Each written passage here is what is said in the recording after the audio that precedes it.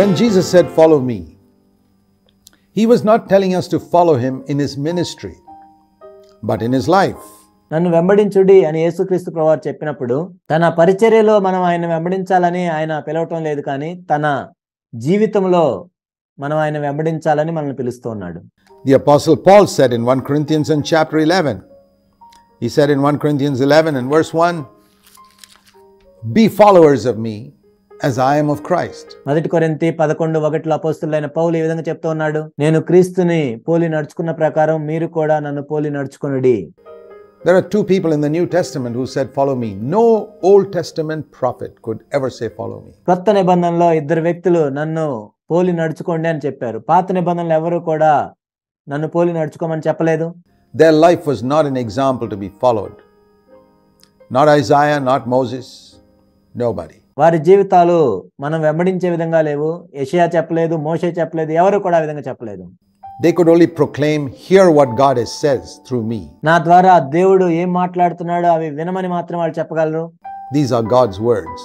But not one of them could say, "Follow my example." ఇవి దేవుని మాటలు అని మాత్రం వాళ్ళు చెప్పగలరు, కానీ అందులో ఒక్కరు కూడా నా మాదిరిని అనుసరించి నడుచుకోనమని చెప్పలేరు. Moses quarreled with his wife, మోషే తన భార్యతో వాదం పెట్టుకున్నాడు. had disobeyed God in not circumcising his son. తన కుమారునికి సున్నతి చేయించకుండా దేవునికి అవిధేయత చూపించాడు. They were not all good examples in their life, but వాళ్ళ జీవితంలో వాళ్ళు మంచి మాదిరిగా లేరు, కానీ they could proclaim God's word accurately. Thus said the Lord. దేవుని యొక్క వాక్యాన్ని ఖచ్చితంగా వాళ్ళు ప్రకటించగలరు, ఇదే యెహోవా వాక్కు అని. But in the new covenant, we don't just say, "Thus said the Lord." We don't just say, "Come and hear what God is saying." కానీ క్రొత్త నిబంధనలో మనము ఇదే దేవుని వాక్కు అని చెప్పటం కాదు, లేకపోతే దేవుడు ఏం చెప్తున్నాడో వచ్చి వినండి అని చెప్పటం కాదు. They say, "Come and see what God has done," దేవుడు ఏం చేశాడో వచ్చి చూడండి అని చెప్పాలి. which is different from the Old Testament prophet saying, "Come and hear what God is saying." దేవుడు ఏం చెప్తున్నాడో వచ్చి వినండి అని పాత నిబంధన ప్రవక్త చెప్పేదానికి ఇది ఎంతో వేరుగా ఉంటుంది. The New Testament prophet says, "Come and see what God has done in my life." క్రొత్త నిబంధన యొక్క ప్రవక్త ఏం చెప్తాడంటే, మీరు వచ్చి చూడండి దేవుడు నా జీవితంలో ఏదైతే చేశాడో దాన్ని. Come and see what God has done in my family. నా కుటుంబంలో దేవుడు ఏమి చేశాడో మీరు వచ్చి చూడండి. Come and see what God has done in me. దేవుడు నాలో ఏం చేశాడో వచ్చి చూడండి. Now I want to teach you to obey what Jesus has commanded so he can do the same thing in you. యేసుక్రీస్తు ప్రభువారు ఏదైతే ఆజ్ఞాపించారో దానికి నేను విధేయత చూపిస్తున్నాను, మీరు కూడా ఆ విధంగా చూపించవచ్చు. Follow me. Jesus was the first person in the Bible to say, "Follow me." నన్ను వెంబడించుడి, నన్ను వెంబడించుడి అని మొట్టమొదటిగా చెప్పిన వ్యక్తి యేసుక్రీస్తు ప్రభువారు మాత్రమే బైబిల్ అంతట్లో. And then we read Paul saying, "Follow me ఆ తర్వాత పౌలు కూడా ఈ విధంగా చెప్పినట్లు మనం చూస్తాము, నన్ను పోలి నడుచుకునుడి. as I follow Christ." In 1 Corinthians 11:1. నేను క్రీస్తును పోలి నడుచుకుంటున్న ప్రకారము. మొదటి కొరింథీ 11:1. And he goes on to say in Philippians 3 verse 17. ఫిలిప్పీయులకు రాసిన పత్రిక 3:17 కూడా ఆయన ఈ విధంగా చెప్తూ ఉన్నాడు, "Brothers, follow my example, and not only my example, and observe others who are walking like me." సహోదరులారా, నన్ను పోలి నడుచుకోండి. నా మాదిరి మాత్రమే కాదు, ఎవరైతే నన్ను పోలి నడుచుకుంటున్నారో వారి మాదిరి ప్రకారం మీరు నడుచుకోండి. And you can follow their example too, because I'm following Christ. నేను క్రీస్తును పోలి నడుచుకుంటున్నాను, మీరు వారి మాదిరిని కూడా అనుసరించవచ్చు. It's like, Christ is the person who's climbed to the top of the mountain. Let's say a mountain of 30,000 feet, 10,000 meters. ఇది ఎలా ఉంటుందంటే, యేసుక్రీస్తు ప్రభువారు మొట్టమొదటిగా 30,000 అడుగులు ఎత్తున్న ఒక కొండ ఎక్కాడు, ఒక 10,000 మీటర్ల ఎత్తు. He's reached the top and we're following, and Paul is probably ahead of us. Maybe he's gone. ఆయన శిఖరానికి చేరుకున్నాడు. ఆ తర్వాత పౌలు ప్రభువుని వెంబడిస్తూ ఉన్నాడు. ఆయన మనకంటే ఎంతగానో ముందు వెళ్ళాడు. 3,000-4,000 meters. And he says to those behind him, "Follow me." ఒక 3,000-4,000 మీటర్లు పైకెక్కి నన్ను వెంబడించమని ఆయన చెప్తూ ఉన్నాడు. Maybe I've gone only up to 500 meters. I can say to people who are still further lower down in the mountain, "Follow me." బహుశా నేను ఒక 500 మీటర్లే ఎక్కాను. ఆ కొండకి ఎంతో క్రిందగా ఉన్న వ్యక్తులతో నేను చెప్తూ ఉన్నాను నన్ను వెంబడించమని. And I can follow the example of others who are ahead of me, who are following Christ to the peak. ఎవరైతే క్రీస్తును పోలి నడుచుకుంటున్నారో, ఎవరైతే శిఖరానికి చేరుకున్నారో వాళ్ళ మాదిరిని నేను అనుసరిస్తున్నాను.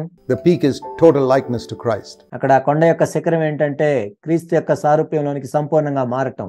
That's the goal. మన గురి అదే. Not to heal all the sick people in the world, but to become totally like Jesus Christ in our life. లోకంలో ఉన్న రోగులందరినీ స్వస్థపరచడం కాదు, కానీ సంపూర్ణంగా యేసుక్రీస్తు ప్రభువులే మారటం. And from that life, an overflow of ministry. We need to understand this. ఆ జీవితం నుండే పరిచర్య అనేది ప్రవహించాలి. దీన్ని మనం అర్థం చేసుకోవాలి. He did not command us to go and tell people to do the same ministry he did. మీరు సర్వలోకమునకు వెళ్ళి యేసుక్రీస్తు ప్రభు చేసిన పరిచర్యను మీరు చేయాలని చెప్పమని మనకు చెప్పలేదు. We cannot follow. When Paul said, "Follow me," he was not telling us to become apostle. పౌలు నన్ను వెంబడించుడి అని చెప్పినప్పుడు ఒక అపోస్తులుగా మనం ఆయన వెంబడించాలని ఆయన చెప్పలేదు. How can everybody be an apostle? ప్రతి ఒక్కరు అపోస్తులుగా ఎలా అవుతారు? How can everybody a prophet or an evangelist like Paul was? పౌలు అనే ఒక ప్రవక్తలాగా ఒక సువార్తికుడిలాగా అందరూ ఎలా అవుతారు? He was saying, "Follow me in my life. Imitate me in the way I imitate Christ." ఆయన ఏమంటున్నా అంటే నా జీవితాన్ని బట్టి మీరు నన్ను వెంబడించుడి. నేను యేసుక్రీస్తు ప్రభు యొక్క మాదిరిని నేను అనుసరిస్తున్నాను, మీరు నా మాదిరిని అనుసరించమని చెప్తున్నాడు.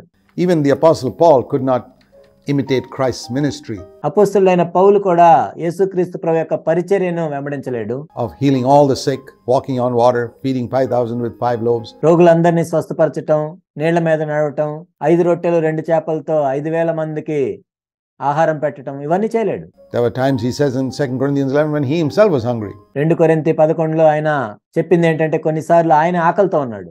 And when he was in need, he shivered in the cold and he asked Timothy to bring a blanket for him. We read in 2 Timothy 4. ఆయనే అవసరాల్లో ఉన్నాడు. ఆయన చలికి వణికిపోతూ 2 తిమోతి 4లో మనం చదువుతాము. ఆయన చలికి వణికిపోతూ తిమోతితో ఈ విధంగా చెప్పాడు, దుప్పటి తీసుకొని రమ్మని. So he struggled. The early Christians suffered in many ways. కాబట్టి పౌలు కూడా ఎంతో శ్రమ పడ్డాడు, ప్రయాసపడ్డాడు. ఆ మొదటి శతాబ్దపు అపోస్తలులు అందరూ కూడా ఎంతో శ్రమ పడ్డారు. They were not protected when they were thrown to the lion. సింహాల బోన్లోనికి వాళ్ళని పంపించినప్పుడు ప్రభు వాళ్ళని కాపాడలేదు. But they followed Jesus, who was refused to protection when he was being crucified. యేసుక్రీస్తు ప్రభు కూడా సిలువ వేయబడుతున్నప్పుడు రక్షించమని ఎవరిని ఏమి అడగలేదు. ఆ మాదిరినే వీళ్ళు కూడా అనుసరించారు. It is in his life that we are to follow him. We cannot follow Jesus in his ministry. ఆయన జీవితాన్ని బట్టి మనం ఆయన వెంబడించాలి. యేసుక్రీస్తు ప్రభు యొక్క పరిచర్యను మనం అనుసరించలేము. And the clearest example of that is his ministry included dying for the sins of the world. దానికి స్పష్టమైన ఉదాహరణ ఏంటంటే యేసుక్రీస్తు ప్రభు యొక్క పరిచర్య అంటే ఈ లోక పాపముల గురించి మరణించటం కూడా ఉంది. How in the world can we follow him in that ministry? మరి ఆ పరిచర్యలో ఆయన మనం ఏ విధంగా వెంబడించగలం? So it is in his life. We need to distinguish between Jesus' life and his ministry. ఆయన యొక్క జీవితాన్ని బట్టి మనం వెంబడించాలి. మనం యేసుక్రీస్తు ప్రభు యొక్క జీవితాన్ని పరిచర్యను వేరు చేసి చూడాలి.